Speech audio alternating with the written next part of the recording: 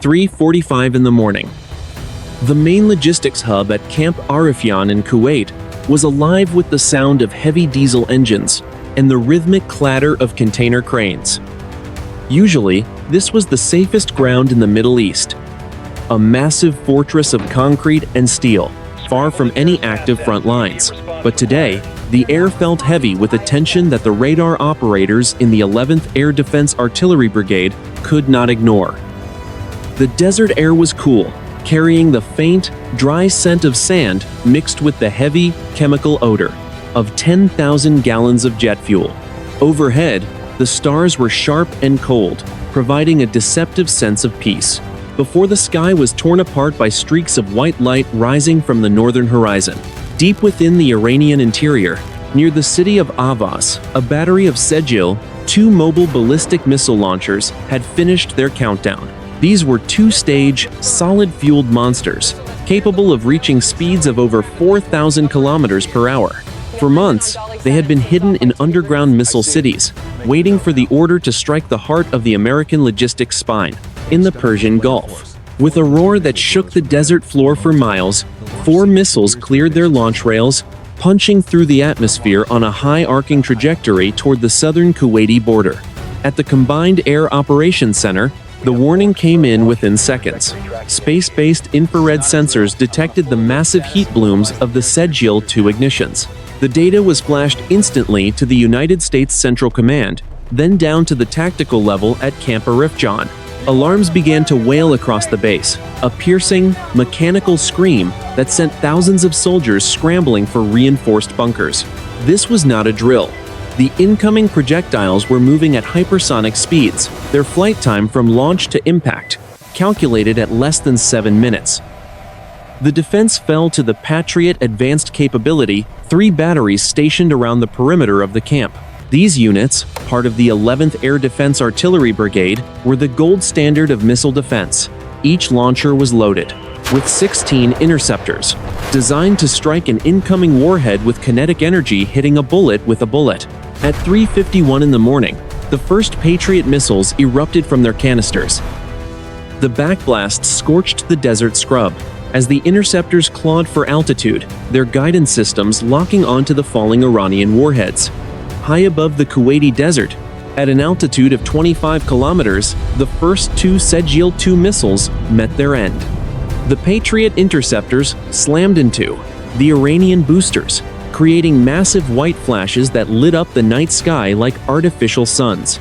Debris showered down over the empty desert, burning fragments of high-grade steel fluttering toward the sand. However, the Iranian battery had timed its launch to saturate the defense. The 3rd and 4th missiles were traveling at a slightly different angle, using the chaotic radar clutter of the first 2 explosions to mask their descent. One Patriot interceptor suffered a guidance failure, its nose cone wobbling, before it self-destructed in a harmless burst of fire. The final Sejil 2 missile, carrying a 750-kilogram high-explosive warhead, cleared the defensive screen. It plummeted toward the earth at a terrifying angle, its skin glowing cherry red from the friction of the dense lower atmosphere. The target was the Zone 6 logistics yard, the primary holding area for thousands of tons of ammunition and fuel destined for the northern front. The impact was catastrophic. The warhead punched through the roof of a massive steel warehouse before detonating 3 meters above the concrete floor. The resulting blast wave moved faster than the human ear could process. It shattered every window within a 2-kilometer radius and threw 40-ton armored vehicles through the air like toys. A massive crater, 40 meters wide and 15 meters deep, opened where the warehouse had stood. The kinetic energy alone was enough to liquefy the surrounding soil. Seconds later, the secondary explosions began. The Sejil 2 had struck a primary fuel bladder farm. Hundreds of thousands of gallons of diesel and jet fuel ignited instantly, sending a pillar of black smoke and orange flame 300 meters into the air. The heat was so intense that the aluminum siding on nearby barracks began to melt and run down the walls like water. The sound of the primary blast was followed by the staccato roar of cook-offs as small arms, ammunition, and mortar rounds inside the logistics yard began to detonate.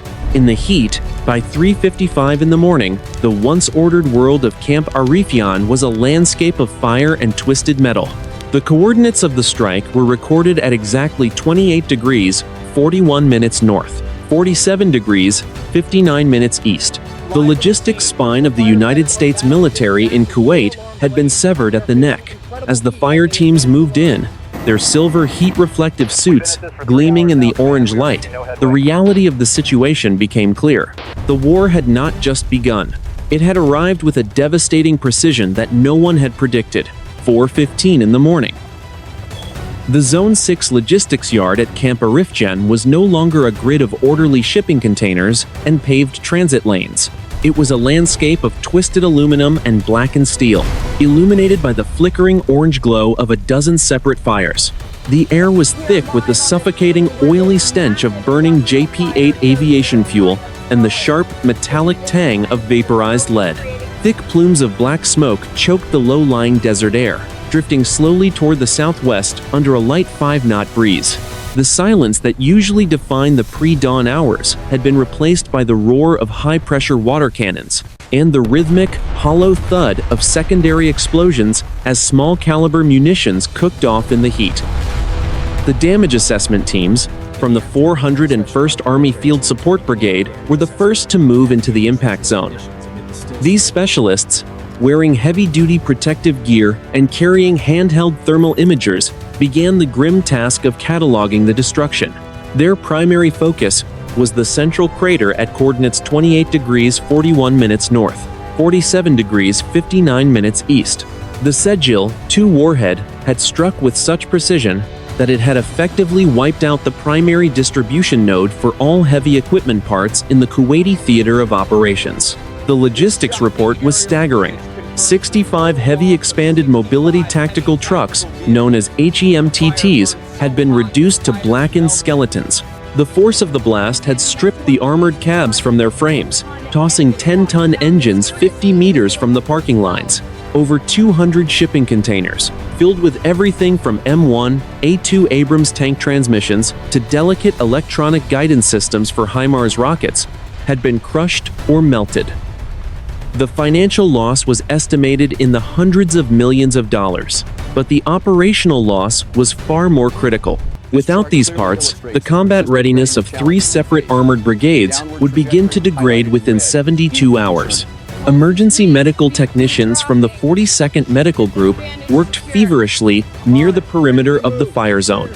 They had established a casualty collection point under the glow of portable halogen lights. The human cost, while lower than it might have been thanks to the early warning, was still severe. 12 soldiers from the 395th Ordnance Company had been in the immediate vicinity of the warehouse when the missile struck. The blast wave had caused traumatic injuries that defied immediate treatment. 6 personnel were confirmed killed in action, their remains being handled with silent, professional reverence by the mortuary affairs teams. Another 28 personnel suffered from severe burns, shrapnel wounds, and blast-induced lung injuries. The firefighting effort was led by the base's dedicated fire and emergency services, supported by local Kuwaiti units from the nearby Shwaiba industrial area. They deployed 8 specialized airport crash tenders, vehicles capable of throwing 6,000 liters of foam and water per minute. The fire at the fuel bladder farm was the most dangerous. Over 300,000 gallons of fuel were burning in an open pit, the heat so intense that it prevented the firefighters from getting within 100 meters of the edge. They used robotic nozzles, controlled remotely, to drench the surrounding warehouses in an attempt to prevent the fire from jumping the fire breaks. Military police from the 300th MP Brigade established a strict cordon around the entire eastern half of the base. They were on high alert for secondary attacks, their eyes scanning the dark horizon for the telltale flash of more incoming missiles. The sound of their diesel Humvees provided a low, constant vibration against the backdrop of the inferno. Overhead, the distinctive thrum of an MH-60 Sierra helicopter could be heard as it circled the base, using its EOIR sensors to look for any signs of infiltrators or further threats in the deep desert. Inside the hardened command and control center, the atmosphere was one of controlled fury. The commanding officer of the 38th Infantry Division sat before a wall of monitors, his face illuminated by the blue light of the digital battle map. The foreign military strike had been a surgical hit against the very thing that made the military forces so formidable: its ability to sustain long-range combat operations. By targeting the logistics tail instead of the teeth, the foreign military planners had shown a sophisticated understanding of modern warfare. The recovery plan was already being drafted. Orders were flashed to the Defense Logistics Agency in the United States to begin emergency airlift operations. C-5M Super Galaxy and C-17 Globemaster, 3 transport aircraft, were already being diverted from bases in Europe and the continental United States. They would carry the replacement parts and equipment needed to bridge the gap created by the destruction of Zone 6. But the primary question remained unanswered. How had the foreign military battery bypassed the outer layers of the regional defense net? And where was the next launch coming from? As the sun began to peek over the eastern horizon, casting long, bloody shadows across the smoking ruins of Camp Arifjan, the scale of the challenge became clear. The military forces were no longer just a spectator to the tensions in the Gulf. It was now a direct participant in a high-stakes exchange, where the cost of failure was measured in lives and the structural integrity of a decades-old alliance. The desert sand, once white and clean, was now stained black with oil and blood, a permanent reminder of the morning the ballistic missile found its mark.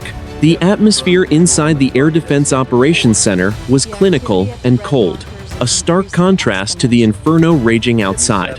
At 4:45 in the morning, the blue-tinted light of 32 liquid crystal displays reflected off the sweat-streaked faces of the tactical controllers. These men and women of the 11th Air Defense Artillery Brigade were already replaying the sensor data from the engagement, searching for the technical ghost that had allowed a single Iranian warhead to penetrate the most sophisticated missile shield on the planet. The room hummed with the sound of cooling fans and the low, urgent murmur of data link coordinators speaking into their headsets. The technical breakdown revealed a terrifyingly simple reality: saturation and environmental masking. The Iranian Revolutionary Guard Corps had launched the 4 Sejil-2 missiles in a staggered formation, designed to exploit the limitations of the ANMPQ-65 radar sets. The first 3 missiles had been high flyers, drawing the focus of the Patriot Advanced Capability 3 interceptors and the Terminal High Altitude Area Defense Battery, known as THAAD, located 10 miles to the west. While the radar processors were calculating the intercept solutions for the first 3 targets, the 4th missile had performed a slight terminal maneuver, dipping into the radar shadow created by the smoke and ionized air of the first 2 successful intercepts. The Patriot Advanced Capability 3 missiles are designed for hit-to-kill accuracy, using a solid fuel rocket motor and small maneuvering thrusters to slam into a target at Mach 4. During this engagement, the 11th Air Defense Artillery Brigade had launched a total of 12 interceptors. 8 had successfully engaged their targets, resulting in 4 confirmed kills of the missile boosters and warheads. However, the 11th interceptor had suffered a proximity fuse malfunction, and the 12th had been unable to achieve a solid radar lock on the final Sejil-2 as it plummeted through the debris field of its sister missiles. To prevent a second breach, the commanding officer of the Air Defense Brigade ordered a shift in the defensive posture. The THAAD battery was brought to a higher state of readiness. Its TPY-2 X-band radar slaved to the Space-Based Infrared System, or SBIRS. This satellite network, orbiting thousands of miles above the Earth, provided the earliest possible warning of a launch by detecting the intense heat of a rocket motor. By linking the satellite data directly to the ground-based interceptors, the United States forces could track the Iranian missiles from the moment they cleared their launch rails, leaving no room for the radar shadows that had been exploited in the first wave. While the defense was being reinforced, the mission shifted toward the hunt. At 5:15 in the morning, two F-35 Bravo Lightning II aircraft took off from an undisclosed location, their stealth coatings absorbing the first light of dawn. Their mission was to find the mobile transporter erector launchers that had fired the Schedules. These vehicles were the size of large semi-trucks, capable of moving through the rugged Iranian terrain at 60 kilometers per hour, before disappearing into reinforced tunnels or missile cities carved into the mountainsides of the Zagros Range. The search was supported by an RC-135 rivet joint electronic intelligence aircraft circling at 30,000 feet over the Persian Gulf. Its massive sensor suites were tuned to the specific radio frequencies used by the Iranian launch crews to communicate with their command and control nodes. At 5:38 in the morning, the rivet joint detected a burst of encrypted data originating from a valley 30 miles north of Avaz. The coordinates were instantly transmitted to the F-35. Pilots: 31 degrees 21 minutes north, 48 degrees 41 minutes east. The air above the launch site was cool and still, smelling of sage and dry earth. But the infrared cameras on the F-35 fighters told a different story. They showed the glowing heat signatures of two heavy vehicles retreating toward a camouflaged entrance in the rock face. The Iranian crews were moving fast, knowing that the window between launch and retaliation was closing. They had less than 10 minutes to reach the safety of the underground bunkers before the weight of American air power arrived in the form of precision-guided munitions. The hunt was no longer just about defense. It was about ensuring that the Iranian battery never had the chance to fire a second salvo. As the F-35 fighters banked into their attack runs, their internal weapon bays opening to reveal 500-pound GBU-39 small-diameter bombs. The technological superiority of the United States military was prepared to answer the Iranian strike. The bridge between the destruction at Camp Arifjan and the retribution in the Iranian desert was being crossed at twice the speed of sound. 5:50 in the morning. High above the Persian Gulf, the cockpit of the lead F-35 Bravo was a silent, pressurized sanctuary of glass and glowing fiber optic displays. Major Elias Thorne, call sign Viper 0-1, felt the slight vibration of the engine through his flight suit as he adjusted his oxygen mask. Below him, the dark expanse of the Iranian coastline was a jagged line of black against the deep indigo of the pre-dawn sea. The mission was no longer a theoretical exercise in regional deterrence. It was a kinetic response to the blood spilled at Camp Arifjan less than 2 hours ago. The cockpit smelled of processed air and the faint, sweet scent of electrical ozone from the massive computing power surrounding him. The intelligence that guided Thorne's flight had been synthesized at the Combined Air Operations Center at Al Udeid Air Base in Qatar. There, in a room buried 30 feet underground, hundreds of intelligence analysts from the United States Air Force and the National Geospatial Intelligence Agency were working in 12-hour shifts. They were cross-referencing high-resolution satellite imagery from the KH-11 constellation with the electronic signatures captured by the rivet joint aircraft. The Schedule-2 missiles had left a thermal scar on the desert floor that was visible even through the morning haze. This heat signature was the digital fingerprint that led the analysts to a hidden valley 30 miles north of Avaz. The target was a reinforced concrete portal, a missile city entrance tucked into the shadow of a limestone cliff at coordinates 31 degrees 21 minutes north, 48 degrees 41 minutes east. The Iranian Revolutionary Guard Corps had designed these facilities to withstand anything short of a direct nuclear strike. However, they had not accounted for the precision of the GBU-39 small-diameter bomb. These weapons, each weighing only 250 pounds, were equipped with diamondback wings that allowed them to glide for over 60 miles, striking with a circular error probable of less than 1 meter. At 5:55 in the morning, Major Thorne received the final weapon-free authorization from the air commander. He did not need to see the target. With his own eyes, his helmet-mounted display system projected a green diamond over the precise location of the mountain entrance. He pressed the release button on the side of his throttle. Inside the internal weapons bay, the mechanical lugs clicked open, and 4 GBU-39 bombs dropped into the thin, cold air. They fell for a fraction of a second before their wings snapped open, with a metallic clack, and the weapons began their silent, high-speed glide toward the Iranian interior. The environment around the launch site was deceptively still. The valley was silent, the only sound being the distant, lonely howl of a desert fox and the cooling of the massive truck engines inside the tunnel. The Iranian crews were exhausted, their nerves frayed by the adrenaline of the launch and the fear of the inevitable American response. They were less than 50 meters from the heavy steel blast doors when the sky above them screamed. The 4 small-diameter bombs arrived in a staggered sequence, each one programmed to hit a specific point on the concrete archway. The first bomb struck the top of the portal, its hardened tungsten nose cone punching through 3 meters of reinforced concrete before detonating. The explosion was a tight, controlled burst of high-pressure gas and white-hot shrapnel that collapsed the primary support beams. The second and third bombs followed milliseconds later, driving deeper into the tunnel and detonating against the fuel tanks of the mobile launchers. The resulting fireball was a roiling mass of orange and black, funneled by the narrow tunnel walls into a high-velocity blowtorch that incinerated everything in its path. The fourth bomb hit the heavy steel blast doors themselves, severing the hydraulic lines and twisting the 10-ton plates of armor like they were sheets of tin. The secondary explosions from the remaining Sejil missiles inside the tunnel were so powerful that they caused a localized earthquake measuring 4.2 on the Richter scale.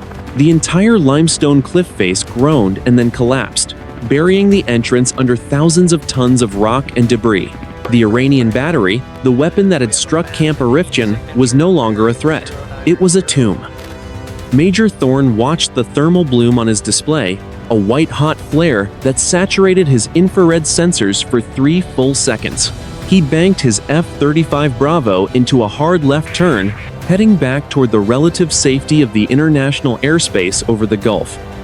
He did not feel a sense of triumph, only the cold, professional satisfaction of a mission accomplished. Behind him, the smoke from the destroyed mountain base rose in a thick, black pillar that would be visible to the city of Avaz as the sun finally cleared the horizon. The first blow of the counteroffensive had landed, but the strategic analysis suggested that this was only the beginning of a much larger campaign. 6 in the morning. At Camp Arifjan, the rising sun revealed the true scale of the labor required to keep the American war machine breathing. While the fires in Zone 6 had been contained to a smoldering glow, the mission of the 42nd Medical Group was only intensifying.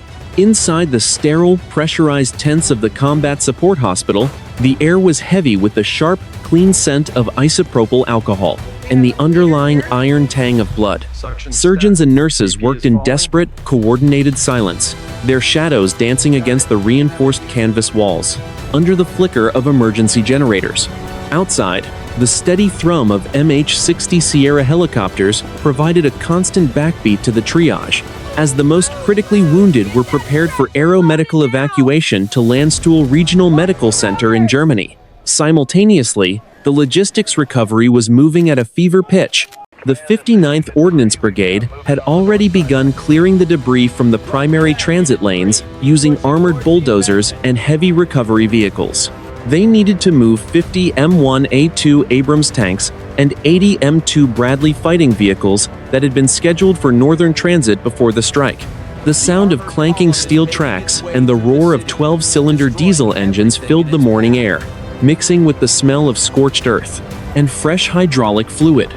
Every hour of delay was an hour that the frontline units went without the armor and ammunition they required to hold the northern border. However, the foreign military forces were not finished. As the sun cleared the horizon, the AN/SPY-6 radar on the destroyer DDG-113 picked up a new threat. This was not a ballistic missile, but a coordinated swarm of 60 loitering munitions launched from hidden positions along the foreign military coast. These suicide drones, each carrying a 40-kilogram warhead, were flying at low altitudes to mask their approach against the desert terrain. They were targeting the very medical and logistics nodes that were currently most vulnerable. The defense of the base fell to the Centurion CRAM systems, the land-based version of the naval Phalanx close-in weapon system. These 20mm Gatling guns were slaved to high-speed Ku-band radars, capable of tracking and engaging dozens of targets simultaneously. Base comes under heavy attack. Get down! Hold the line! Keep firing! The Centurion systems opened fire, their barrels spinning at 4,500 rounds per minute. A stream of tracer fire, glowing a bright, electric red, punched into the morning sky. The sound was not a series of individual shots, but a continuous, mechanical growl that vibrated through the chests of every soldier on the base. The first wave of 4 drones was shredded in midair, the 20mm high-explosive incendiary rounds tearing through the fiberglass wings and fuel bladders. Multiple fireballs blossomed 300 meters above the northern fence line, sending flaming debris tumbling into the sand. But the foreign military swarm was persistent. 5 of the drones performed a pre-programmed dive maneuver, weaving through the stream of tracers to target a cluster of fuel tankers near the medical tents. A group of soldiers from the 300th Military Police Brigade, positioned in sandbagged bunkers, raised their M240 Bravo machine guns and began to pour fire into the low-flying targets. The lead drone was struck in its nose cone, its guidance system shattered, causing it to veer wildly to the left. It slammed into an empty shipping container 60 meters from the hospital, detonating in a bright yellow flash that threw a wall of sand and shrapnel against the side of the medical tents. The soldiers did not flinch. They continued to feed belts of 7.6 to 2mm ammunition into their weapons, the hot brass casings piling up at their feet. The air was thick with the smell of burnt gunpowder and the ozone of the air defense system electronics. One drone managed to clear the inner perimeter, its small gasoline engine screaming as it aimed for the primary oxygen storage tank of the hospital. Just before impact, a final burst from an air defense system caught the drone in the midsection. The munition disintegrated instantly, its warhead detonating in a localized blast that shattered the windows of a nearby administrative building but left the oxygen supply intact. The immediate aftermath was a landscape of scattered wreckage and white smoke. For exactly 10 seconds, a dead silence fell over the base, broken only by the distant, fading buzz of the few drones that had been forced to abort their runs. The scorched remains of the loitering munitions lay scattered across the perimeter, their small engines still ticking as they cooled in the morning air. The 42nd Medical Group continued their work without interruption, the surgeons' hands steady despite the thunder of the defense. The logistics line was still open, and the military forces' response was now shifting from the defensive to a crushing, coordinated counterstroke. 6:30 in the morning. High over the dark, choppy waters of the Persian Gulf, the heavy rumble of 2 15E Strike Eagle engines filled the cockpit of the lead aircraft. Major Sarah Jester Vance adjusted her night vision goggles, the world turning a grainy, electric green. Below her, the Iranian coastline was a jagged silhouette of limestone cliffs and hidden coves. The mission was a direct decapitation strike against the Islamic Revolutionary Guard Corps drone units responsible for the morning swarm. The air inside the cockpit was cool and smelled of dry oxygen and the faint, metallic scent of the jet's electronics. But outside, the twin engines were screaming at over 900 kilometers per hour. The target was a concealed launch site near the coastal village of Bandar-e-Jask, located at coordinates 25 degrees 38 minutes north, 57 degrees 46 minutes east. Intelligence from a Global Hawk high-altitude drone had identified 6 specialized shipping containers modified with hydraulic rails to launch the Shahed munitions. These drone-in-a-box systems were hidden under camouflage netting that mimicked the surrounding sand and scrub. To the casual observer, it looked like an abandoned construction site, but to the infrared sensors of the 15E, the residual heat from the morning's launches glowed like a beacon in the dark. Major Vance checked her multifunction displays. Her wingman, call sign Gunslinger 0-2, was positioned 3 miles to her right and 2,000 feet above. They were carrying a mixed load of GBU-31 Joint Direct Attack Munitions, known as JDAMs, and AGM-158 Joint Air-to-Surface Standoff Missiles. The plan was to strike the launch containers and the nearby command trailer simultaneously, ensuring no further drones could be sent toward the wounded. Logistics hub at Camp Arifjan. The engagement moved into its terminal phase. Vance felt the heavy, mechanical thud as the weapon station locks disengaged. The trigger was squeezed. The AGM-158 missile shrieked off the heavy-duty pylon, a white column of fire punching backward through the cold morning air as the turbojet engine ignited. The heat blast from the missile's exhaust washed across the underside of the 15E, the vibration rattling the pilot's teeth. The missile banked hard, its stealthy airframe disappearing into the darkness as it began its low-level, terrain-following flight toward the coast. 4 miles away, the warhead reached its destination. The 1,000-pound high-explosive penetrator punched straight through the reinforced steel of the primary command trailer, driving 2 meters into the earth before detonating. The explosion was a massive, blinding flash of white light that bleached the sky for 3 full seconds. The trailer did not just explode.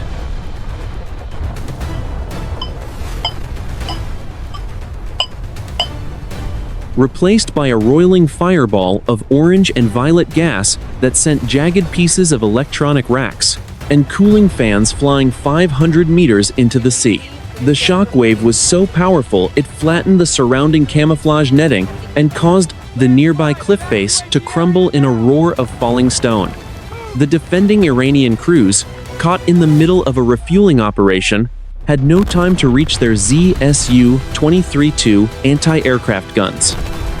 The blast wave threw men off their feet, their bodies tossed like ragdolls, against the remaining launch containers. Those who survived the initial strike scrambled in a panic toward a nearby cave entrance. But the secondary explosions from the stored drone fuel were already erupting. The Shahed munitions inside the boxes began to cook off, their small gasoline engines screaming for a fraction of a second before the warheads detonated in a chain reaction of fire and shrapnel. Black smoke rose in a towering pillar. From the wreckage, the heat so intense it distorted the air for miles.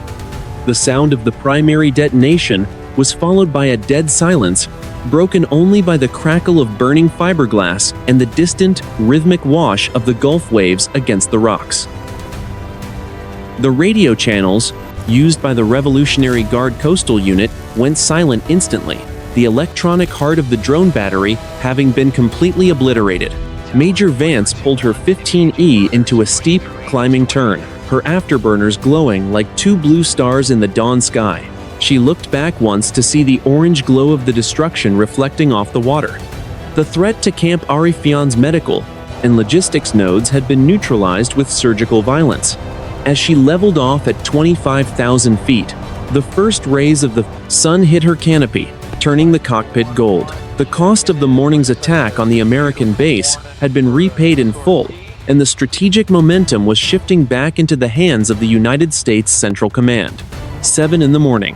The Strait of Hormuz. The destroyer DDG-87 USS Mason was already at battle stations, its steel hull cutting through the emerald green waters of the choke point at a steady speed of 25 knots. The air was thick with the scent of salt spray and the heavy metallic tang of the ship's gray paint heating up under the climbing sun. Normally, this narrow stretch of water was the busiest maritime highway in the world, crowded with massive oil tankers. But today, the horizon was empty of merchant traffic. Instead, the radar screens in the Combat Information Center were beginning to bloom with dozens of small, high-speed contacts emerging from the foreign military naval base at Bandar Abbas. The foreign military response to the airstrikes was an attempt to fulfill their oldest strategic threat, closing the throat of the global energy supply.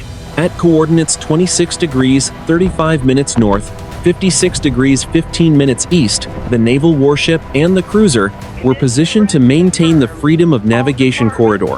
The tension inside the ship was a physical weight, a silent vibration that traveled from the deck plates into the boots of every sailor. The commanding officer stood on the bridge, his binoculars fixed on a swarm of foreign military fast attack craft, small, agile boats, armed with heavy machine guns and short-range anti-ship missiles that were weaving through the waves 3 miles to the north. The situation escalated at 7:15 in the morning. An armed patrol boat, a foreign-designed vessel capable of 35 knots, accelerated out of the swarm. It turned its bow directly toward the naval warship, its search radar locking onto the American destroyer. This was a clear act of aggression, a lock-on that preceded a missile launch. The electronic warfare suites on the warship began to chirp, a frantic, rhythmic warning, indicating that the ship was being painted by a foreign fire control system. The commanding officer did not hesitate. He issued the order to engage the primary threat before it could clear its launch rails. The trigger was squeezed in the Combat Information Center. The 5-inch Mark 45 gun on the forward deck of the naval warship erupted with a deafening, bone-shaking roar. A massive cloud of gray-white smoke and a 2-meter tongue of orange flame punched forward from the muzzle, the shockwave shattering the glass of a searchlight near the bridge. The smell of burnt cordite immediately filled the forward decks, sharp and acrid. The 70-pound high-explosive shell tore through the air at over 800 meters per second, a blurred streak of kinetic energy. The impact was absolute. The shell struck the armed patrol boat, directly at the waterline near the forward ammunition locker.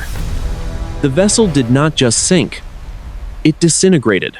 A massive pillar of fire and blackened debris erupted from the center of the boat, lifting the entire 15-ton hull 3 meters out of the water, before it split into 3 distinct pieces. The fuel tanks detonated a fraction of a second later, creating a secondary fireball that bleached the green water white. Jagged pieces of the aluminum superstructure and fragments of the missile rails were sent whistling through the air, splashing into the sea over a radius of 200 meters. The remaining foreign military fast boats reacted with a mixture of panic and professional discipline.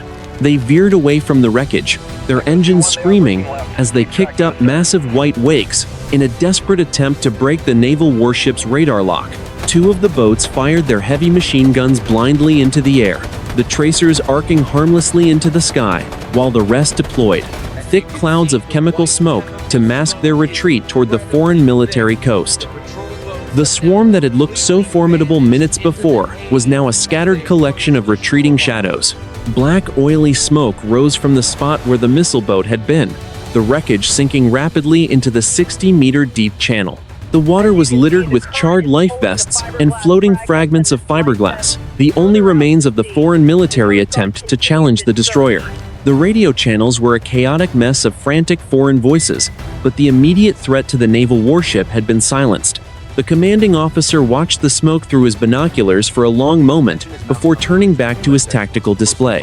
The bridge was silent, the only sound being the hum of the air conditioning and the rhythmic splash of the bow wave. The strait remained open, but the tactical summary indicated that a diesel-electric submarine had just left its pier at a foreign port. The surface battle was over, but the silent war beneath the waves was about to begin. The military forces had held the door open, but the cost of keeping it that way was rising with every hour. 7:45 in the morning. The entrance to the Gulf of Oman. The destroyer, DDG-87 USS Mason, was no longer hunting on the surface. It was fighting a ghost in the deep. Below the waterline, the ship's hull was a sounding board for the vast, rhythmic pulse of the ocean. But somewhere in the thermal layer at a depth of 90 meters, a silent predator was moving. The sonar suite, the ANSQQ-89, was the only thing standing between the destroyer and a wake-homing torpedo. The air in the sonar control room was chilled to exactly 18 degrees Celsius to protect the massive processors, smelling of ozone, and the stale coffee of a crew that had been at general quarters for 4 hours. The tactical situation was a high-stakes game of physics and patience. The Iranian Kilo-class submarine, a diesel-electric boat known as the Black Hole for its extreme acoustic stealth, had been detected 3 miles to the east at coordinates 25 degrees 12 minutes north, 57 degrees 58 minutes east. It was running on battery power, its propellers turning at a mere 60 revolutions per minute to avoid cavitation. the USS Mason had deployed its multifunction towed array, a 2,000-meter cable of sensitive hydrophones trailing far behind the ship, listening for the faint, rhythmic signature of a cooling pump or a hum from an electrical bus. At 7:52 in the morning, the passive sonar operator adjusted his headset, his eyes widening, as a narrow band of low-frequency sound blossomed on his waterfall display. It was the transient they had been waiting for, the sound of a torpedo tube outer door swinging open. The Iranian captain had decided to take the shot. The commander of the USS Mason did not wait for the incoming weapon to be detected. He ordered an immediate counterfire to force the submarine into a defensive maneuver, breaking its wire guidance link to any launched torpedoes. The trigger was squeezed in the underwater battery fire control center. From the port side, triple torpedo tube, a Mark 54 lightweight torpedo, was ejected by a burst of high-pressure air. The weapon hit the water with a heavy, metallic splash, its thermal battery activating instantly to power the electric motor. A white trail of bubbles streaked away from the hull of the destroyer as the torpedo's sonar seeker head went active, emitting a series of high-pitched pings that echoed through the dark, cold depths of the Gulf. The smell of compressed air and hydraulic fluid lingered briefly on the deck before being swept away by the salt wind. 4,000 meters away, the Mark 54 found its mark. The torpedo-shaped charge warhead struck the Kilo-class submarine just aft of the sail, driving a jet of molten copper through the double-layered steel hull at 10,000 meters per second. The detonation was not a single boom, but a massive, muffled thud that vibrated through the water column, followed by the terrifying sound of high-pressure seawater rushing into a vacuum. The explosion shattered the submarine's internal bulkheads, sending a shockwave through the pressure hull that buckled the steel like an empty soda can. Inside the submarine, the world became a nightmare of darkness and freezing water. The impact threw the Iranian crew against their consoles, the force snapping bones and severing electrical conduits. The Turek did not stay level. Its stern began to drop immediately as the engine room flooded with 6,000 liters of seawater per second. The captain attempted to blow the emergency ballast tanks, a frantic hiss of air that was cut short as the internal pressure reached the breaking point.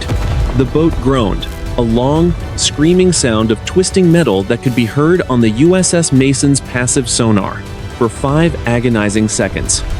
The immediate aftermath was a rising column of debris and air that breached the surface of the sea. A massive bubble of trapped oxygen erupted in a white froth, followed by a spreading slick of heavy diesel oil and charred insulation.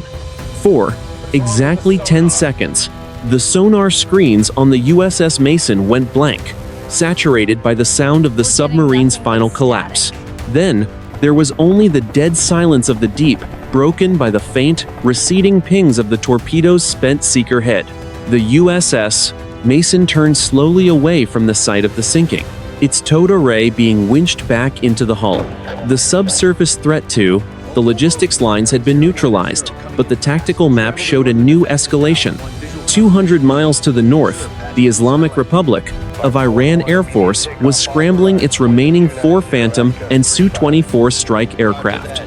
The naval engagement was transitioning into a full-scale regional air war. The commander wiped the sweat from his brow, looking out over the now placid water, where a $100 million submarine had just vanished forever. 8:15 in the morning. The Persian Gulf and the mountains of southern Iran. While the cruiser CG-73 USS Port Royal prepared its Aegis system to intercept the incoming waves of Iranian Su-24 strike aircraft, the strategic focus shifted from defense to a decapitation strike. The United States Central Command had authorized Operation Iron Scythe, a coordinated missile attack designed to blind the Iranian military's ability to coordinate its regional forces. The air above the USS Port Royal was thick with the scent of ozone and the salt of the sea, the deck vibrating with the high-frequency hum of the AN/SPY-6 radar arrays tracking over 200 simultaneous air and surface contacts. The target was the Regional Command and Control Hub, located in a hardened underground facility outside the city of Shiraz at coordinates 29 degrees 36 minutes north, 52 degrees 32 minutes east. This facility was the nerve center for all Iranian air and naval operations in the southern sector. It was buried under 30 meters of granite and reinforced concrete, shielded against conventional bombardment. To destroy it, the United States Navy would utilize the BGM-109 Tomahawk land attack missile. Specifically, the Block 5 variant, equipped with a 1,000-pound JSOW-style penetrating warhead.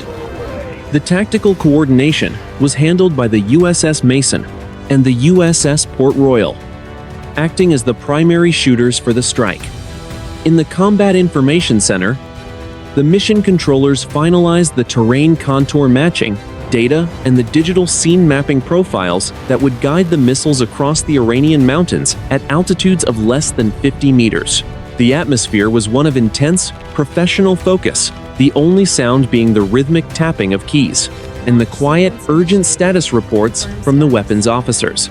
The trigger was squeezed. From the Mark 41 vertical launch system on the forward deck of the USS Port Royal, the first Tomahawk cruise missile erupted in a blinding flash of orange fire and white smoke.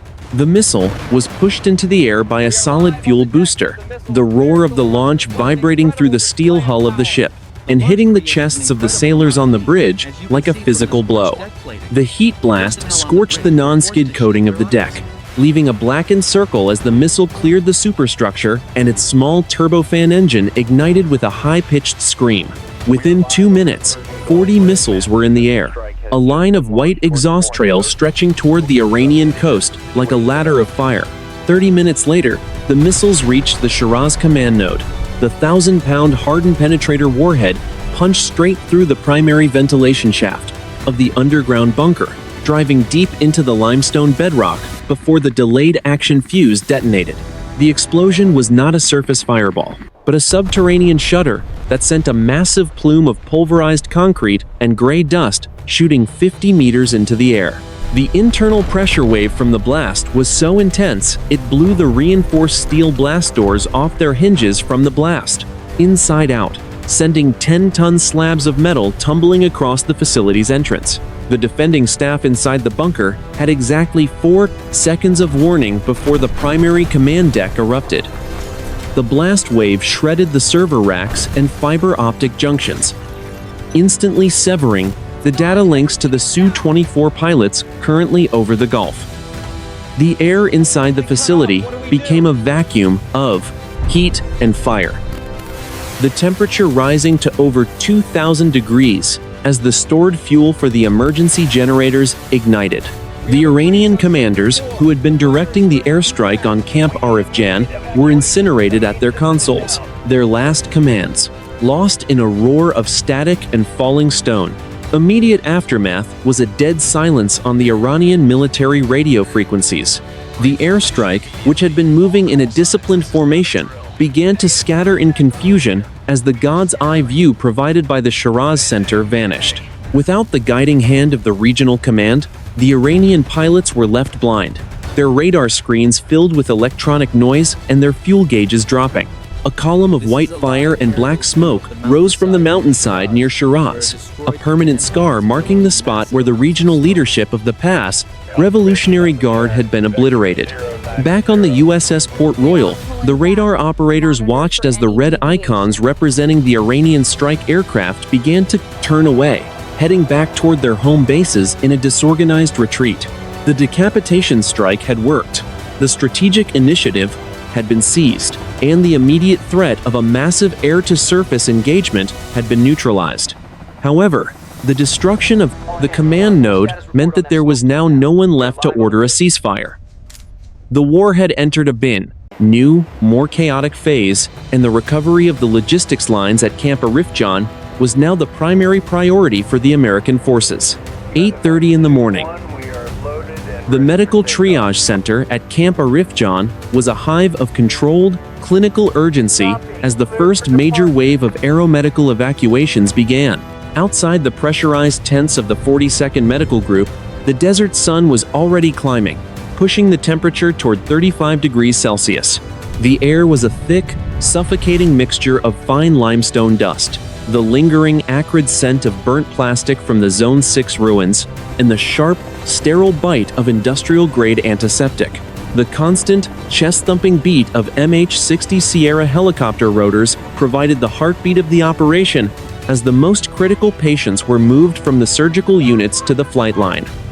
The human cost of the Sejil 2 strike and the subsequent drone swarm was now fully accounted for. The official casualty report listed 48 United States personnel wounded and 6 killed in action.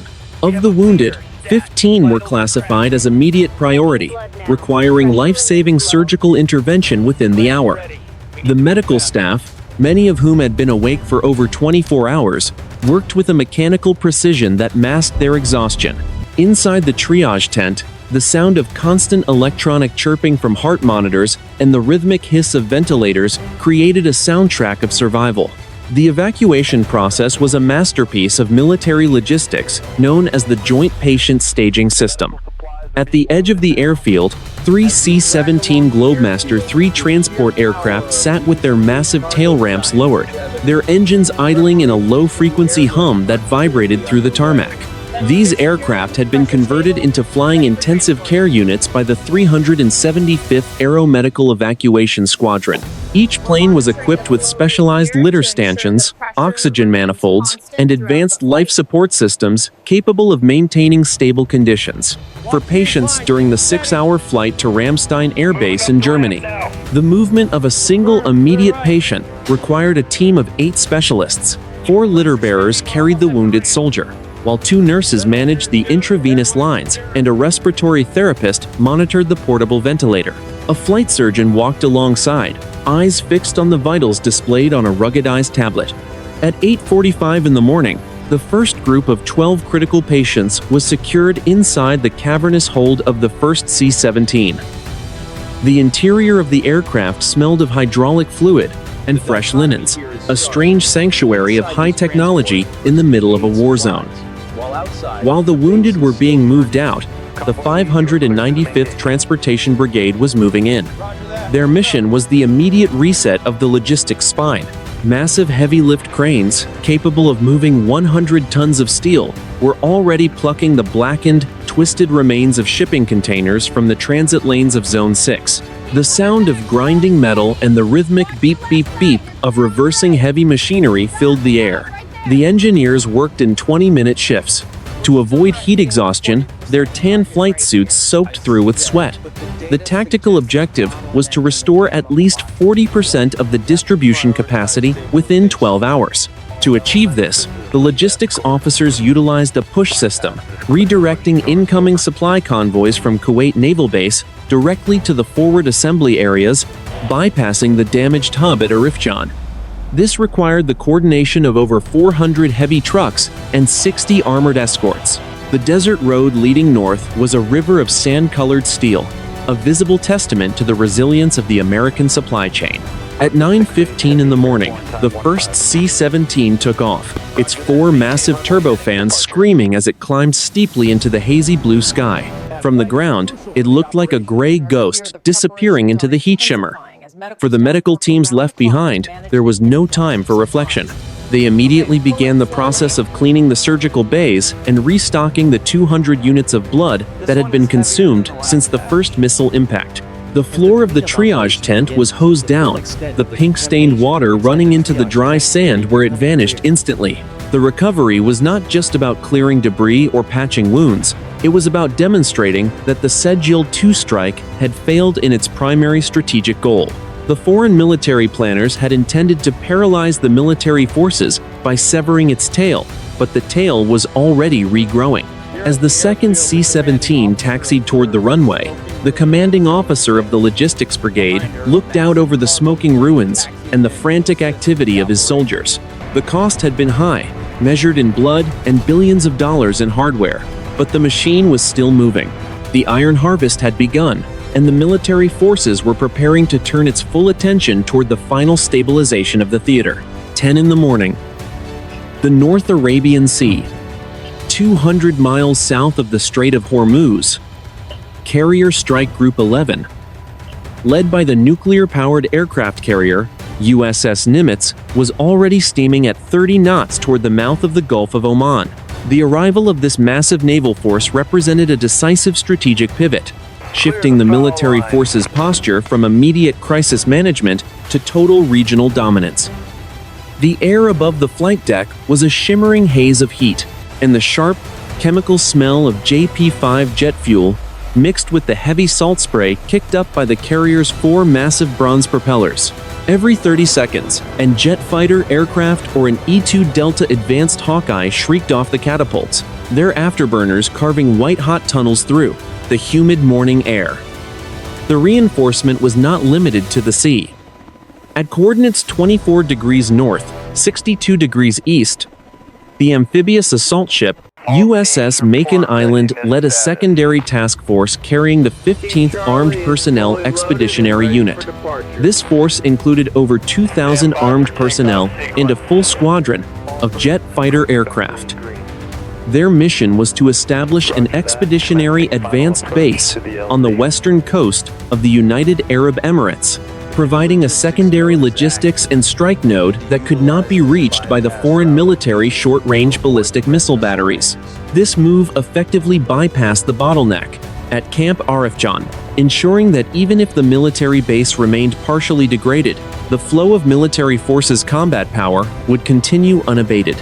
The Strategic Command at Defense Headquarters facility had coordinated a seamless handoff of the regional defense. While the naval warships continued to hold the Strait of Hormuz, the aircraft from the aircraft carrier established a continuous combat air patrol over the entire Persian Gulf. Over 150 military forces aircraft were now in the sky, creating a digital and physical ceiling that the foreign military air force could not hope to penetrate.